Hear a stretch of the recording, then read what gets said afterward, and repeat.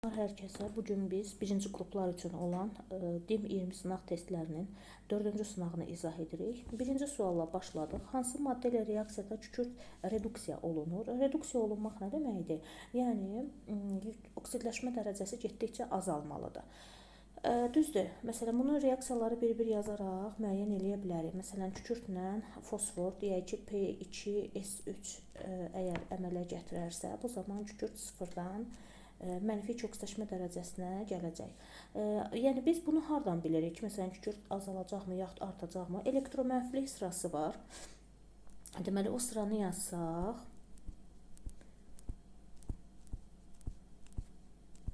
Bu sırada getdikcə elektromənfilik azalır. Getdikcə elektromənfilik azalır. Hansı elementin elektromənfiliyi hansı elementin elektromənfiliyi daha çoxdursa, o elektron selini özünə tərəf dartdığına görə, cəzb etdiyinə görə bu zaman mənfi oksidləşmə dərəcəsi göstərir. İndi məsələn, fosforla kükürdü müqayisə etsək, kükürdün elektromənfiliyi fosfordan daha yüksək olduğuna görə fosforla kükürd birləşmə əmələ gətirən zaman bilirik ki, qeyri-metallar arasında kovalent rabitədir. Kovalent rabitə də mübadilə mexanizmi ilə əmələ gələndə orada yaranan elektron cütü qismən elektromənfiliyi yüksək olan elementi tərəf neyniyəcək? Çəkiləcək. Düzdürmü? Bu da kükürt elementi fosfordan daha elektromənfi olduğuna görə, elektron selini özünə tərəf dartdığına görə mənfi yüklənəcək. Yəni reduksiya olunacaq. Ona görə də cavab elə A bəndi olacaq. Məsələn, bax C bəndində nə görürük? Florla birləşməsi. Flor elektromənfiliyi kükürddən daha yüksəkdir. Ona görə flor özünə tərəf dartmış olacaq elektron selini, flor mənfi yüklənəcək. Və yaxud xlorla. Xlor da həmçinin kükürddən daha yüksək elektron mənfi olduğuna görə xlora tərəf dartılır. Elektron şərikli elektron, belə deyək, elektron cütü.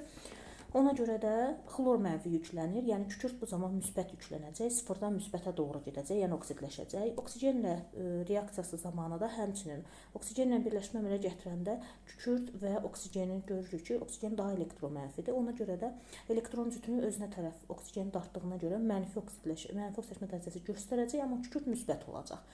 Deməli, kükürt oksidləşəcək. Həmçinin nitratla birləşmə yəni nitratla reaksiyası zamanı orada sulfat turşusu əmələ gələcək. Sulfat turşusunda da kükürt müsbət 6 oksidləşmə dərəcəsi göstərdi. Yəni 0-dan müsbət 6-ya getmiş olacaq. Yəni reduksiya olunan versiya yalnız A bəndindədir. İkinci sual. Deməli, Eyler-Venn diaqramına uyğun bəndləri bir müəyyən edin.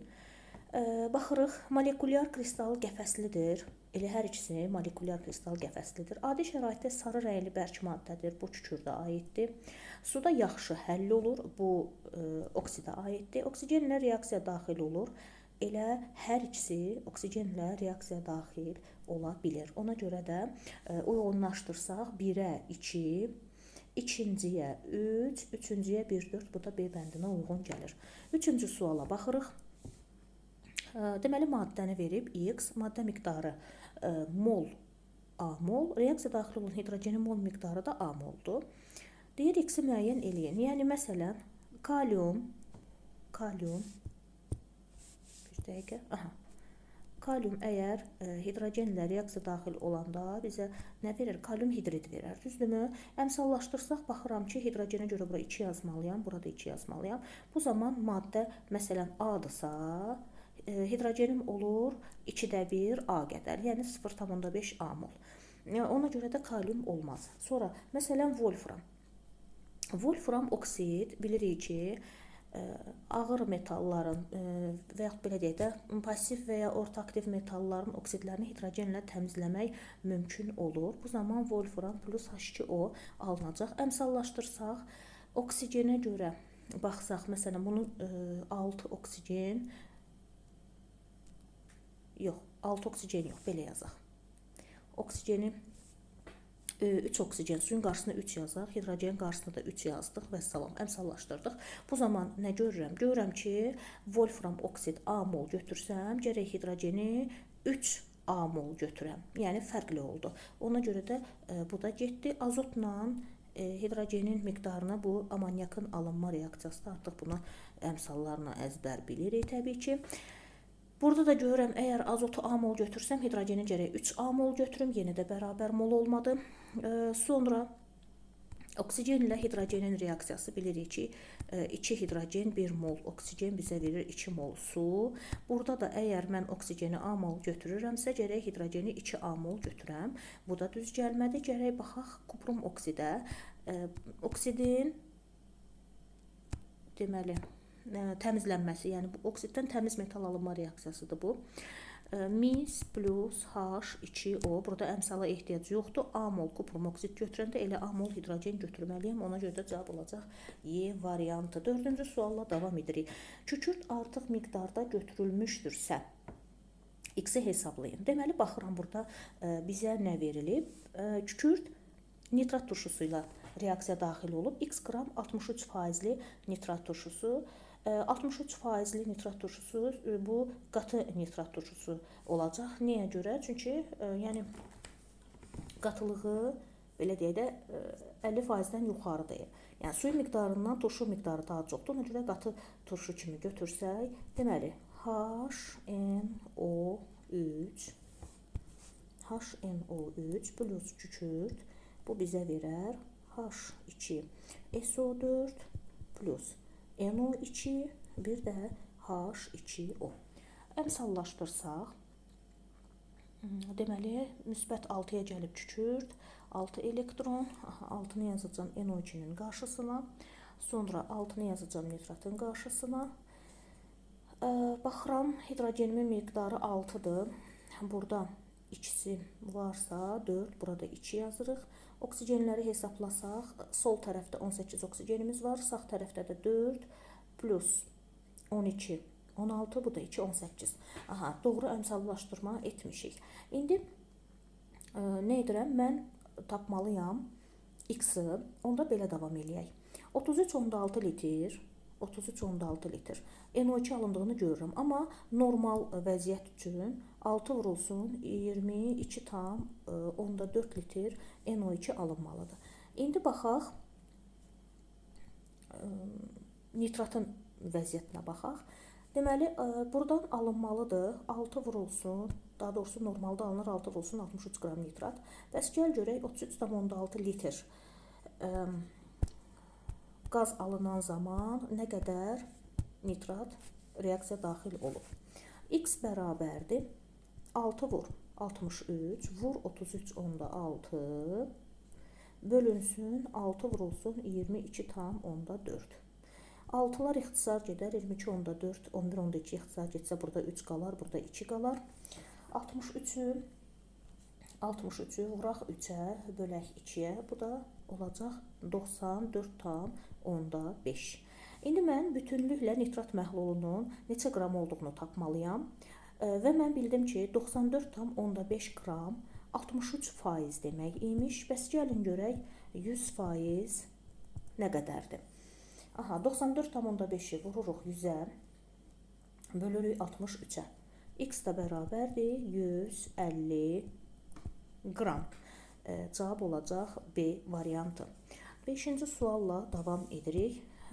Deməli 5-ci sualda bizdən nə soruşulur?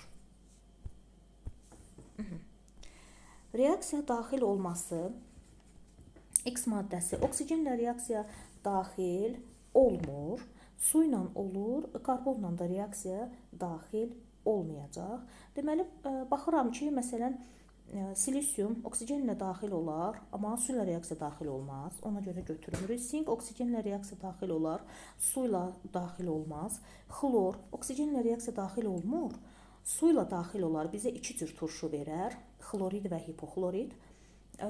Karbonla reaksiya daxil olmaz. Elə şərti ödəyən oldu C variantı. Kalsiyuma da baxsaq, kalsiyum oksigenlə reaksiya daxil olub, kalsiyum oksid əmələ gələr. Su ilə reaksiya daxil olar, kalsiyum OH2 əmələ gətirər, həm də hidrogen. Karbonla da kalsiyum karbid əmələ gətirər. Ona görə də bu şərti kalsiyum ödəmədi. Hidrogen də su ilə reaksiya daxil olmaz, amma oksigen və karbonla reaksiya daxil olacaq. Bu da şərti ödəmir. Ona görə elə cavab olacaq C variantı. 6-cı sual. Argentium çöküntüsü ağ rənglidir. Aha, biz də bilirik ki, argentium xlorla ağ çöküntü, bromla sarımtıl çöküntü və yodla sarı çöküntü verir. Getdikcə sıxlıq artdıqca halogenlərdə rəngin tündlüyü də yarım ton olaraq artırdı. İndi əgər ağ çöküntüdürsə, deməli xlor, X maddəmiz xlordur. Maqneziumdan sarı çöküntü verirsə, bu flordur.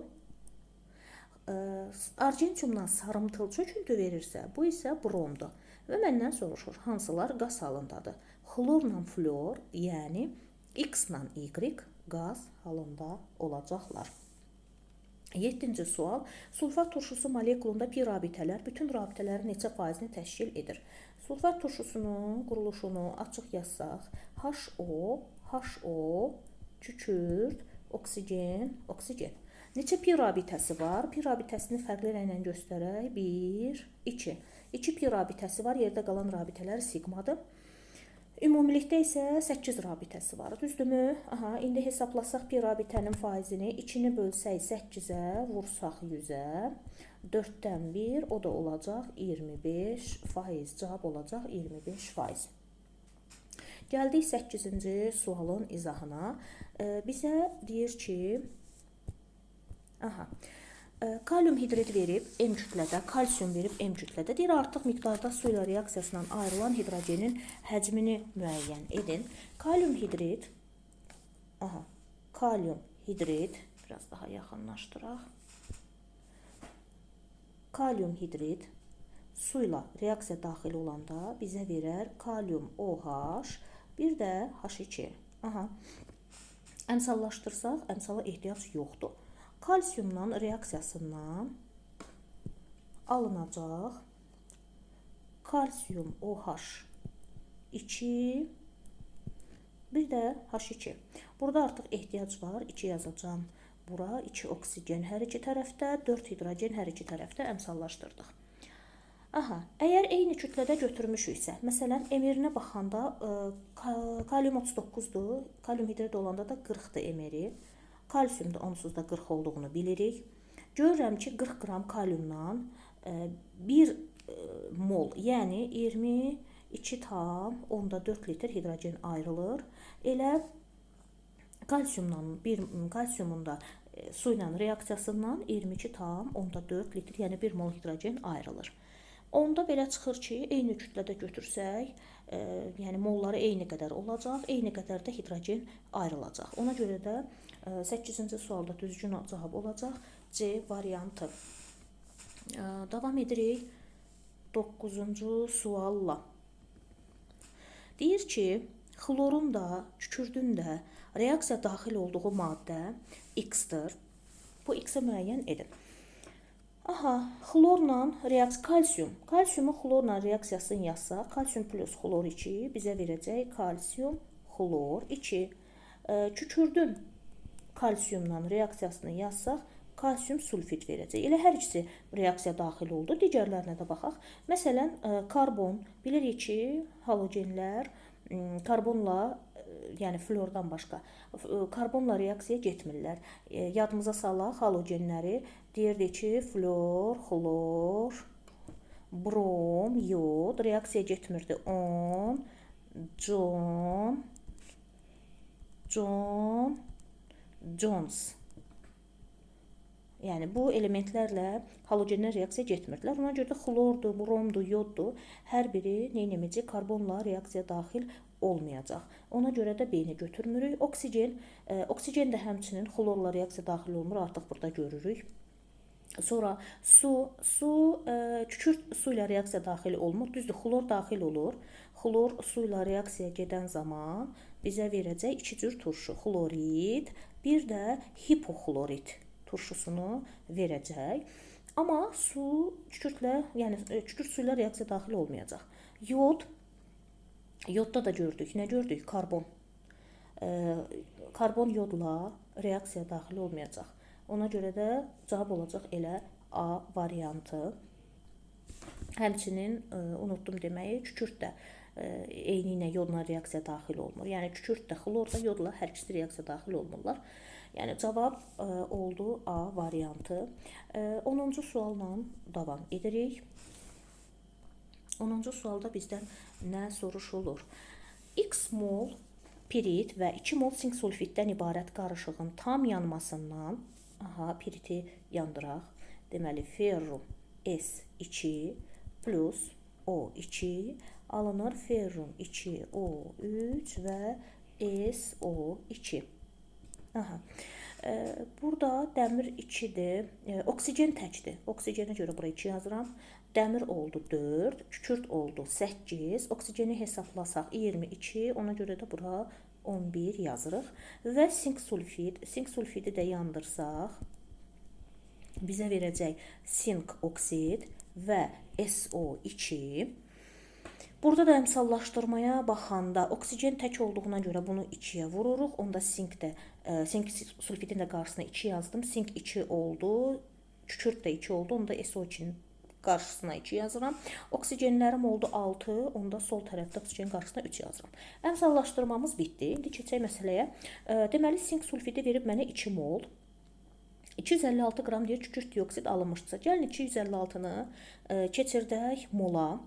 SO2-nin emirini hesablasaq, SO2 32 plus 32 nə qədər eləyir? 64.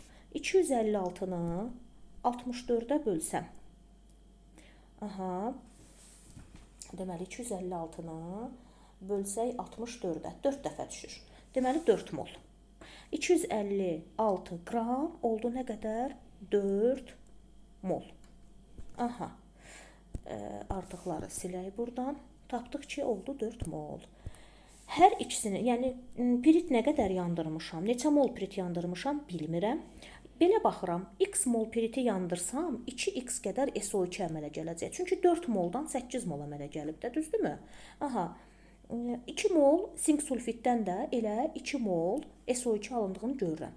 Əgər ümumilikdə bunların ikisindən birlikdə 4 mol SO2 alınıbsa, onda 2x piritdən alınan SO2, 2 mol sink sulfiddən alınan SO2-nin cəmi eləməlidir 4.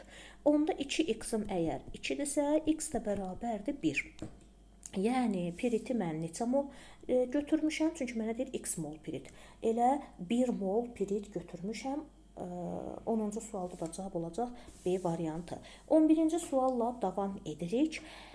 Çöküntü əgər ağ rənglidirsə, x2 müsbəti nə olduğunu müəyyən edək. Baxıram, plümbümdən kükürt qara rəngli çöküntü verirdi. Olmaz. Mislə də qara rəngli çöküntü verirdi kükürt. Olmaz. Kadmiyumdan sarı rəngli çöküntü verirdi. Qaldı D variantı. Bəli, sink sulfid kükürtlə bizə ağ rəngli çöküntü verəcək. Cavab olacaq D variantı. 12-ci suala baxırıq. H-xlor OX perxlorat. Perxlorat turşusunun formulunda H-xlor O4 idi. Deməli, X-imiz 4-dür. Xloratda isə H-xlor O3 idi. Ona görə də X-imiz 4, Y-imiz 3. Cavab olacaq C variantı. 13-cü suala baxsaq, burada bizdən nə soruşur? Hansı mərhələlər doğrudur? Kalium xlorat parçalanan zaman manqan O2 katalizatorluğu ilə bizə verir kalium xlor və oksigen. Yəni, bu variant doğrudur. Biri götürərik. Sonra, brom deyir, xloru çıxardır. Biz də bir yadımıza salaq. Flor xloru çıxardır. Flor xloru çıxardırdı. Xlor bromu çıxardırdı. Duzlarının məhlulundan brom da yodu çıxardırdı. Düzdürmü? Amma brom xloru çıxarda bilməz. Ona görə də 2 doğru deyil, səhvdir. Sonra, argentium nitrat və kalium brom. Burada baxırıq ki, halogenlərdən, yəni bromdur, xlordur, yoddur. Bunlar argentiumla çöküntü əmələ gətirirlər. Hətta argentium bromla sarı rəngli çöküntü verirdi. Ona görə də burada argentium brom çöküntüsü olacaq və biz də bilirik ki, duzla nə zaman reaksiya gedər? Alınan məhsulda çöküntü olarsa, burada da bəli, argentium brom çöküntüsü var. Ona görə də 3-cü mərhələ də doğrudur. Ona görə də cavab olacaq C variantı 1, 3. Hansı reaksiya doğru deyil? Baxırıq 14-cü suala. Flor Kükürdlə S klor 6. Bəli, bu doğrudur. Mən səhv axtarıram.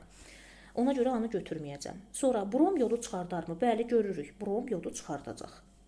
Doğru cavabdır, amma mən onu götürməyəcəm, çünki mən səhv axtarıram. Xlor oksigenlə reaksiya gedərmi? Xeyr, getməyəcək. Elə cavab bu olacaq. Yəni yadımıza salaq. Demişdik ki, flor, xlor, brom, yod sırasında reaksiya getməyənlər hətta qafiyəli şəkildə on, John, Jones reaksiya getmirdi. Düzdürmü? Ona görə də xlor getməyəcək, doğru deyil budur. D variantı buna şüşədən axış açan reaksiya deyirdik. Yəni bu da doğru versiyadır. Doğru reaksiyadır. Brom su ilə bizə H-brom O turşularını verir. Bu da doğrudur. Ona görə də cavab elə C variantı olacaq. 15-ci sualla davam edirik. Deməli, burada bizə nə göstərir? Azon məsələsinə oxşuyur. Bir baxaq şərtə. Alınan azot, deməli, mən görürəm ki, azonatora oksigen daxil oldu 10 mol və alındı azon. İndi, onda əvvəlcə oksigenlə azon alınma reaksiyasını yazaq. 3 mol oksigen azonatora daxil olanda 2 mol azon alınır. Alınan azon 1,6 mol gümüşlə reaksiya daxil olarsa, deməli biz hələ bilmirik burada nə qədər azon alındığını.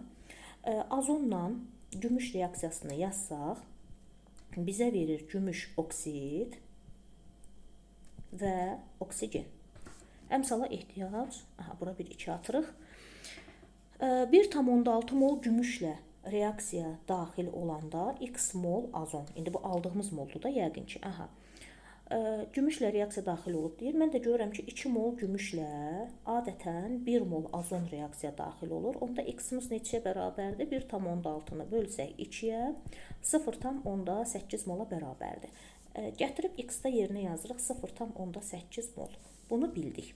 İndi mənə deyir ki, oksigenin həcmcə neçə faizi azona çevrilib. Burada belə yazacağım. Deməli, təkrar yazıram burada. 3 mol oksigen, 2 mol azon. Başlanğıc, sərf və son yazsaq. Deməli, nə qədər azon alınıbmış? 0,8 mol azon alınıbmış. 0,8 mol azon alınıbsa, mən də görürəm bu reaksiya hansı nisbətdə gedir? 3-ün 2-yə nisbətdə gedir. Yəni 3 mol oksigen sərf olunanda 2 mol azon alınıbsa, bəs 0,8 mol azon alınan zaman nə qədər oksigen sərf olunubmuş?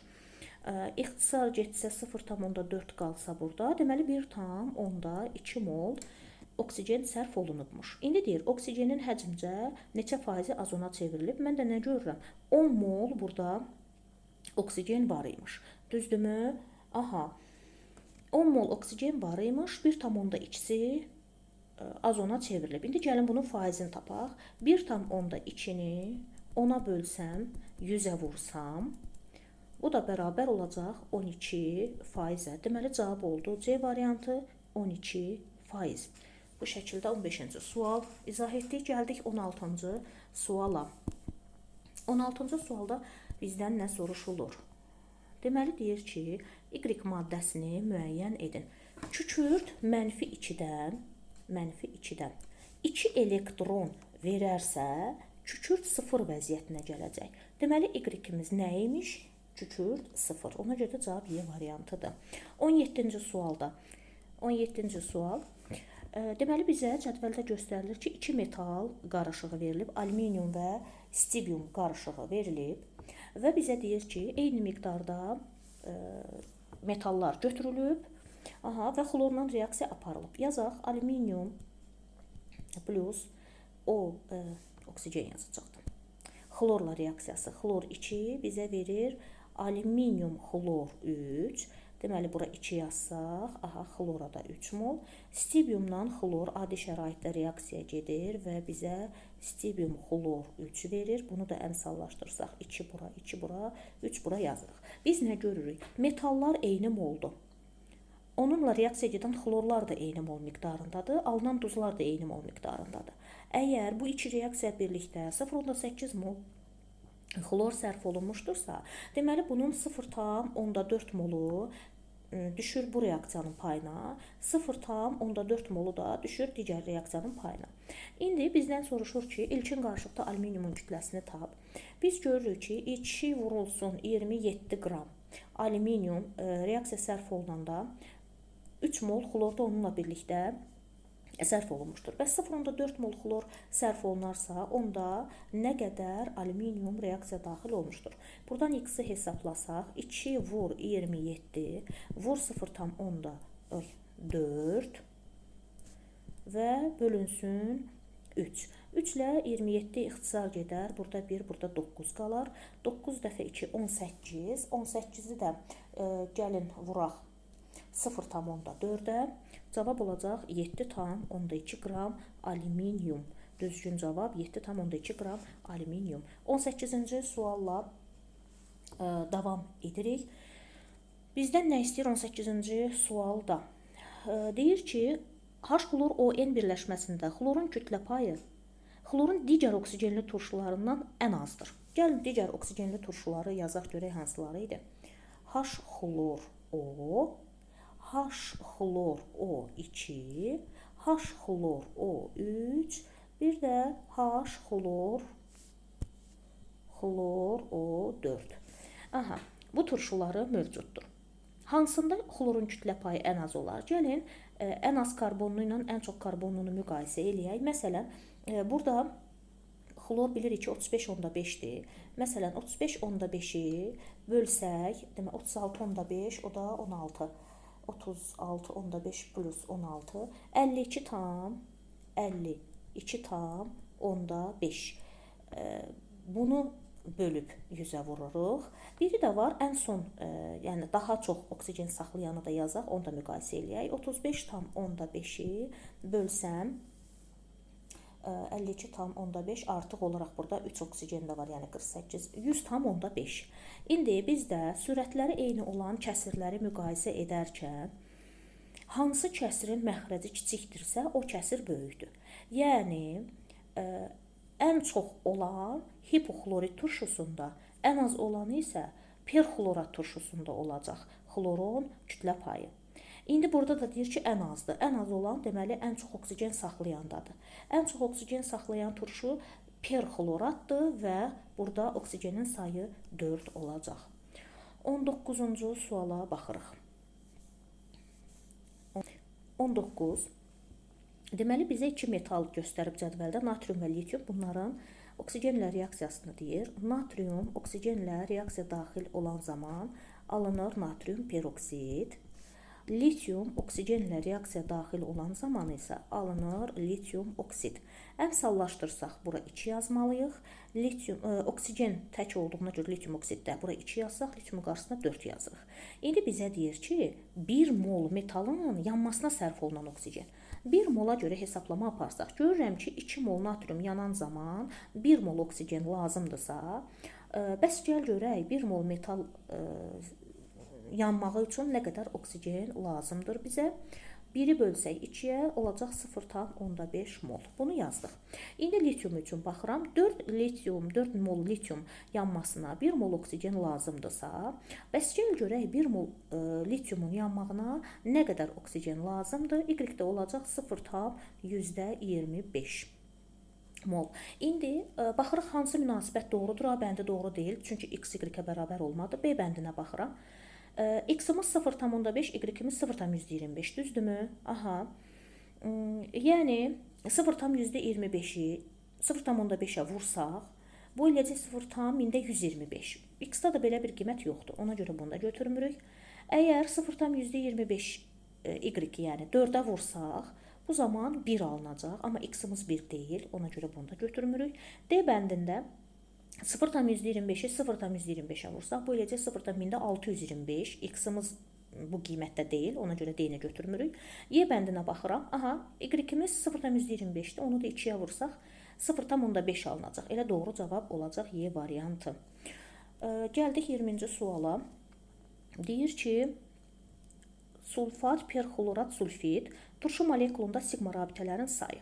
Aha, sulfat turşusu deməli H2SO4-dür. Perxlorat HxlorO4-dür. Sulfid H2SO3-dür. Neyinirik? Turşuların quruluşunu açıb yazsaq. Əvvəl sulfatı yazıram. HOSO. Sigma rabitələrini sayırıq.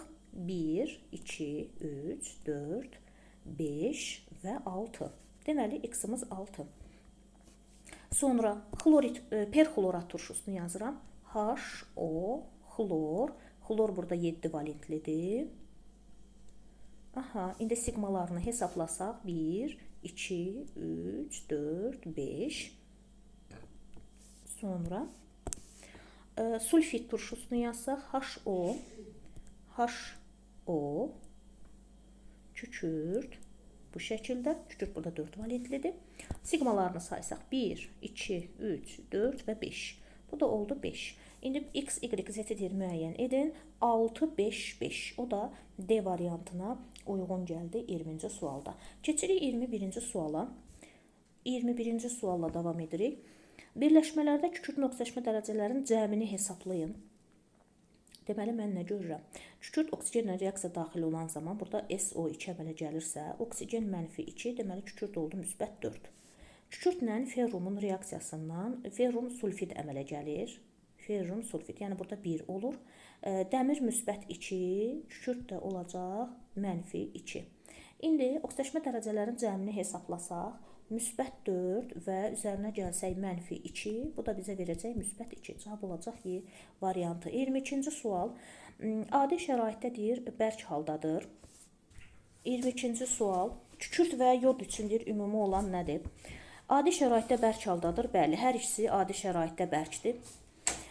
İkinci variantda baxırıq nə deyir?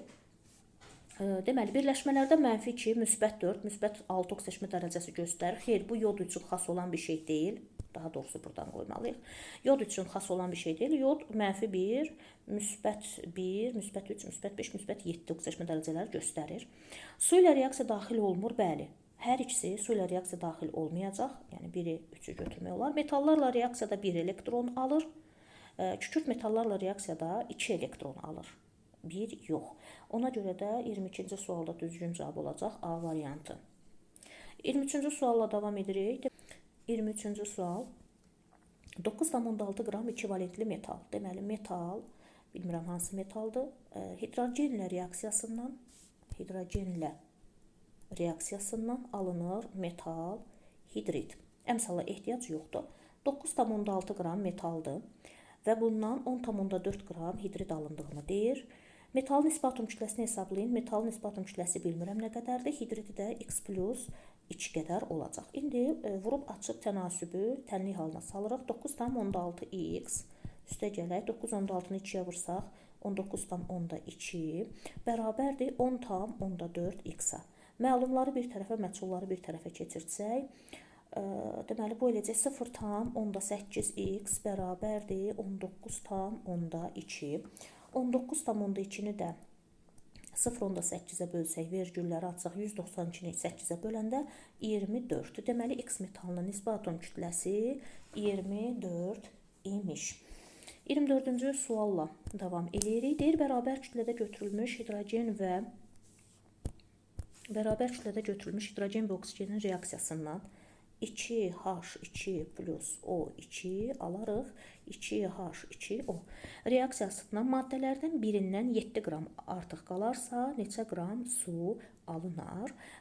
Deməli, burada 4 qram 32 qram götürsək, 36 qram su alınsa, əgər bərabər kütlədə götürsək, gəlin belə baxaq. Məsələn, deyək ki, ən çox kütlə kimdədir? Oksigəndə. Hər ikisini 32 qram götürsək, hidrogendən nə qədər artıq qalar? Oksigəndən qalmaz, hidrogendən qalar, deməli, 28. Düzdürmü? Amma bizə deyir ki, burada 7 qram artıq qalsın. Deməli, bu proses 4 dəfə az miqdarda gedir. Yəni, 4 dəfə az miqdarda deyəndə 32-ni 4-ə bölsək 8. Hər iki maddədən 8 qram götürsək, hər iki maddədən 8 qram götürsək, 8 qram və 8 qram. Oksigen elə 8 qramda sərf olunub gedəcək. Amma hidrogen qram sərf olunacaq. Düzdürmü?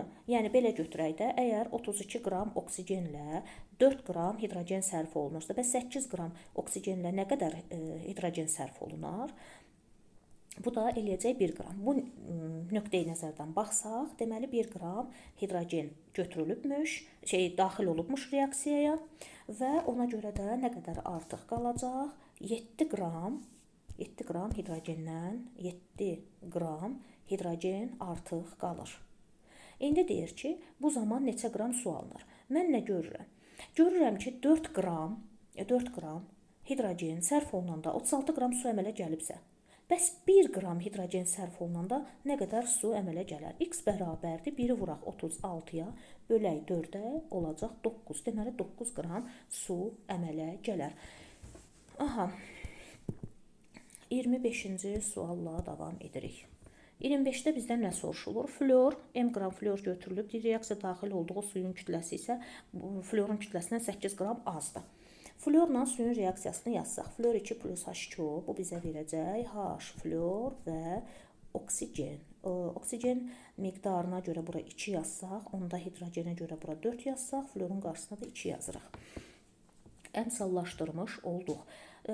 Deməli, belə deyək də, flordan 4 atom varsa, 19-u vursaq 4-ə, 76 qram florun emeri eləyir. Onunla reaksiya daxil olan suyun kütləsi nə qədərdir? 36 qramdır. Düzdürmü? Amma burada flor m qədər, su isə m-8 qədərdir. m-8 qədərdir. Belə baxırıq. Bizdən nəyi soruşur? Florun kütləsini. 76 qram flor reaksiya daxil olanda, İndi florla suyun fərqinə əsasən də gedə bilərik və yaxud elə bu tənasübü tənlik kimi həll edib də gedə bilərik. Mən fərqinə baxacam. 76-dan 36 çıxsaq 40 eləyər. Deməli, 76 qram flor reaksiyada istifadə olunanda onunla birlikdə reaksiya sərf olunan suyun kütləsi ondan 40 qram azdır. Düzdürmü? İndi 8 qram az su istifadə eləsək, onda nə qədər, neçə qram flor reaksiyada sərf olunubmuş. 76-nı vuraq 8-ə, bölək 40-a. 4-ə ixtisar getsə, burada 2 qalar, burada 10 qalar. 76-nı 2-yə vursaq, bizə verəcək, deməli, 152, onu da 10-a bölsək, 15,2. Deməli, cavab olacaq 15,2 qram flor. Sonra 26-cı suala baxırıq. Qatı sulfat turşusu üçün hansı ifadələr doğrudur? Aha, deməli, natrium ilə reaksiyada H müsbət oksidləşdiricidir. Qatı sulfatla reaksiya getsə, natrium plus H2SO4-ün qatısı, bu bizə verər natrium 2SO4 plus H2S və su. İndi H müsbət oksidləşdiricidirmi? Yəni H müsbət elə H müsbətə gəlib. Nə oksidləşdiricidir, nə reduksia edicidir? Bir yanlışdır. Higroskopikdir, bəli, düzdür. Ağzı açıq qaldıqda kütləsi artır, çünki havanın nəmini özünə çəkir. Qızdırıldıqda dəmirlə ferromSO4 əmələ gətirir. Bu yanlışdır. Niyə? Qatı sulfat qızdırıldıqda dəmirlə 3 valentli duz əmələ gətirməlidir. Amma burada 2 göstərib. Deməli, olmaz. Kuprumla reaksiyada reduksiya məhsulu SO2-dir. Bəli. Aktiv metallarla H2S-dir. Orta aktivdə, məsələn, magnezium, sink, bu metallarla qatılıqdan asılı olaraq kükürt, H2S, SO2 əmələ gətirir. Amma digər orta aktiv və pasiv metallarla SO2-dir. Doğrudur. Suda həll olması eksotermikdir. Bəli, biz bilirik ki, sulfatın üzərinə su tökmək olmaz, güclü qızma baş verir. Yəni, əksinə prosesdən istifadə edilir. Amma yəni məlumdur ki, bəli, su ilə sulfatın qarışması, məhlul əmələ gəlməsi güclü qızma ilə müşahidə olduğuna görə eksotermik prosesdə düzgün cavab oldu 2, 4 və 5. 27-ci sualla davam edirik. İyonlarda xlorun elektron formullarının uyğunluğunu müəyyən edin. Deməli, xlor O2, burada xlorun oksidaşma dərəcəsini hesablasaq, oksigen -2-dir. 2-ni 2-yə vuranda 4, bu 1 onu göstərir ki, turşu qalıqıdır da, çıxan hidrogen. Onu da nəzərə alsaq, deməli, xlor burada müsbət 3 oksidaşma dərəcəsi göstərir. Onda xlor O3 mənfini də hesablasaq, deməli, oksigen -2 -2, 2 dəfə 3, 6, 6-dan biri hidrogenə aiddirsə, 6 elektrondan birini hidrogendən alıbsa oksigen, onda 5-ni də hardan alıb? Xlordan alıb. Sonra yenə baxırıq, -2 oksigen vurduq 4-ə -8, 1 elektron hidrogendən alıbsa, 7 elektron da xlordan alıb. Ona görə burada yazırıq müsbət 7. İndi deməli bildik ki, burada xlor müsbət 3-dür, burada xlor müsbət 5-dir, burada isə xlor müsbət 7-dir. Aha. İndi baxaq bu vəziyyətlərə. Görürəm ki, A bəndində xlor normal vəziyyətdədir. Yəni normal vəziyyət olanda bir tək elektronu var. Düzdürmü? Oksigenli birləşmələrdə o bu bir tək elektronunu verər, müsbət oksidaşma dərəcəsi göstərər, amma digərləri ilə, metallarla birləşmələrdə və özündən daha zəif elektromənfi olanlarla birləşəndə isə onlardan elektron aldığına görə -1 göstərər. Amma burada nə -1, nə müsbət bir vəziyyəti yoxdur, yəni A bəndini seçməyəcəm. B bəndinə baxıram, tək elektronları saysaq D-də biri təkdir. P4-də əgər belə P4-də neçə tək olduğunu təyin edə bilmirsə, kvant xana çəkə bilərsiniz. 1, 2, 3, 4-cünü belə yerləşdirsək, gördük 2 tək elektron qalır. 2 tək elektron vəziyyəti, yəni ikisi P-də, biri də D-də. Onda bir dənə də D-dəkin üzərinə əlavə eləsək 3 təki var, düzdürmü? Onda müsbət 3 oksidləşmə dərəcəsi göstərə bilər. Ona görə də 1-ə gedəcək B. C bəndinə baxsaq, C-də deməli 3 D-də təkdir, 3 P-də təkdir, 1 S-də. Cəmi 7 tək var. Aha, müsbət 7 oksidləşmə dərəcəsi göstərir. Ona görə də 3-ə gedəcək C. D bəndinə baxıram, ikisi D-də təkdir, 3-ü P-də. S-dəkilər cütdür, onu saymırıq. 3 ilə 2-nin cəmi 5 eləyir. Deməli, müsbət 5 oksidləşmə dərəcəsi göstərən birləşmədədir bu vəziyyətdə. Ona görə də 2-yə D yazıram. Y variantına baxıram. İkisi D-də tək. İkisi D-də tək. 3-ü P-də tək. S-də biri. Bunu toplasaq 6 eləyir. Amma xlorun 7 elektronu var. Bəs 1 elektronu hara getdi? Ona görə bu da düzgün cavab olmadığına görə Y variantını ümumiyyətlə götürməyəcəm. Oldu 1-ə B, 2-yə D, 3-ə də C. Gəldik situasiyaya. 28-ci sual. Kükürdün qatı sulfat turşusu ilə reaksiya tənliyini yazın. Kükürd plus qatı H2SO4 qatı. Bu bizə verəcək SO2 və H2O. 0-dan müsbət 4-ə gəlir kükürd. Müsbət 6-dan da müsbət 4-ə. Elektron balans qursaq. Kükürd 0-dan müsbət 4-ə. Kükürd müsbət 6-dan müsbət 4-ə gəlir. Deməli, 0-dan müsbət 4-ə gələn zaman 4 elektron verir, amma müsbət 6-dan müsbət 4-ə gələn zaman 2 elektron alır. 4, 2, 2, 1, 2, 4, ixtisar gedər, burada qalar 1, 2. Aha, deməli, sol tərəfdə kükürd 0-ın qarşısına nə düşəcək? 1 yazılacaq. 2 isə yazılacaq soldakı kükürdün, yəni sulfat turşusunun kükürd müsbət 6 göstərən birləşmənin qarşısına. Solda 3 kükürdüm olduğuna görə SO2-nin qarşısına da 3 yazacağım. Hidrogenim solda 4 olduğuna görə suyun qarşısına da 2 yazacağım. Gəlin oksigenləri sayaq. Sol tərəfdə 8 oksigen var, sağ tərəfdə də 6 plus 2, burada da 8 oksigen var. Deməli, doğru əmsallaşdırmışıq. Bunu da yazdıq. 29 deyir ki, nə deyir bizə? Reaksiya daxil olan maddələr, xlor və kalium OH aparılan temperaturlar. Aha, bilirik ki, xlorun kalium OH-la reaksiyası 2 cür baş verir. Bir var adi şəraitdə, yəni burada 20 dərəcə göstərir. Aha. Biri də var 100 dərəcədə. Adi şəraitdə gedəndə bu bizə verir kalium xlor O, bir də su. Biz buna nə demişdik? Deyirdik Javel suyu. Düzdürmü? Biri də var 100 dərəcədə kalium xlor O3 və H2O. Alınan deyir oksigenli duzun adı. Oksigenli duzun adı 20 dərəcədə hipoxlorit kalium xlorat. Kalium hipoxlorit, yəni duzun adını tam yazaq, kalium hipoxlorit. Kalium xlor O3 isə kalium xlorat. Aha, bu şəkildə. Gəldik 29-cu suala. 29-cu sual deyirəm, 30-cu suala. 30-da bizdə nə istədik? Reaksiyanın tənliyini yazın. Mən nə görürəm burada? Kalium permanganatı qoyublar sınaq şüşəsinə, aşağıdan da spirt lampası ilə qızdırırlar. Deməli parçalanma baş verəcək burada. Kalium, manqan, O4-ü parçalayırıq temperatur təsiri ilə və burada görürəm ki, hansısa bir qaz alınıb, onu suyu sıxışdırıb çıxartma üsulu ilə toplayırlar. O da nədir? Oksigen qazıdır. Alınır kalium 2, manqan O4, manqan O2, bir də oksigen. Əmsallaşdırma zamanı kalium 2, manqan 2 olduğuna görə sağ tərəfdə, sola bir 2 yazsam kifayətdir. İndi deyir, reaksiya tənliyini yazın, yazdıq. Əmsallaşdırın, əmsallaşdırdıq. M-i hesablayın. M qram.